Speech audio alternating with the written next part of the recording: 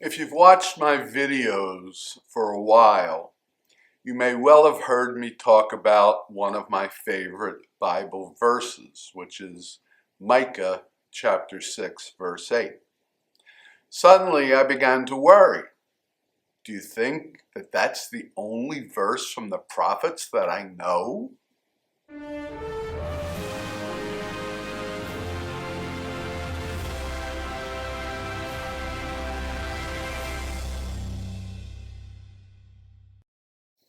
Shalom, my friends. Yes, I want to make sure it's clear that my love for the Hebrew prophets is not limited to one beautiful verse. Because I did mention Micah 6:8, I should probably tell you what it says.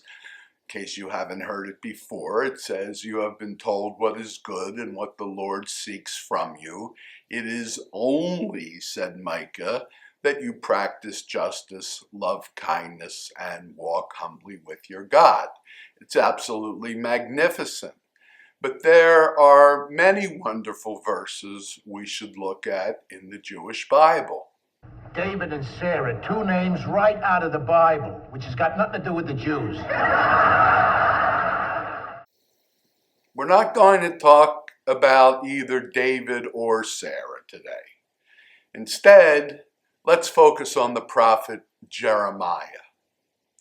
In chapter 9 of the book of Jeremiah, it's verse 23, we read, "I, the Lord, act with kindness, justice, and righteousness in the world, for in these I delight, declares the Lord." In the Hebrew, Jeremiah uses the words chesed, which is the ultimate level of kindness, mishpat, justice, and tzedakah, righteousness. My Micah verse uses the same words for kindness and justice.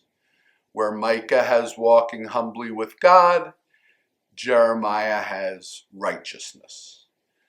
The two verses support each other very well. One of my favorite comments on the Jeremiah verse is that we look to God for justice while God looks to us for righteousness. My understanding of this comment is that it's acknowledging that while God is just, life isn't necessarily so. Now, how can life not be just if God himself is just? That leads us to the question of how much control God exercises in the world, and that's going to have to be a topic for another video.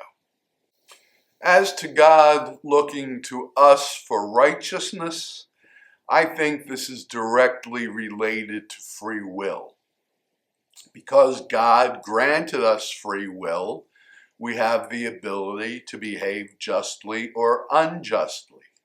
And it's very important that we have both options. Without even the possibility of unjust behavior, there's nothing meritorious about just behavior. From a Jewish perspective, I didn't know you was Jewish. this simply cannot be. We believe it is on our behavior, especially how we treat others, that God judges us. And as Jeremiah tells us, God does not simply prefer kindness, justice, and righteousness, but is literally delighted by them. I've got to tell you, my friends, that I would also be delighted by kindness, justice, and righteousness. In today's topsy-turvy world, just those three basic principles could make an incredible difference.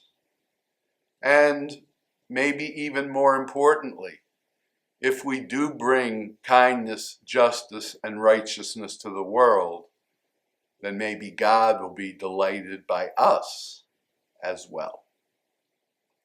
I'm wondering, do you have a preference for one of these verses over the other?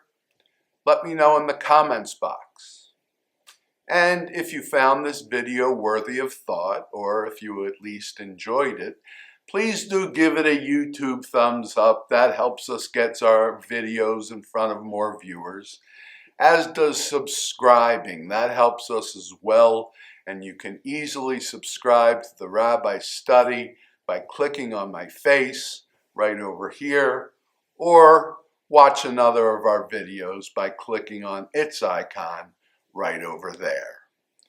As ever, until next time, Shabbat Shalom.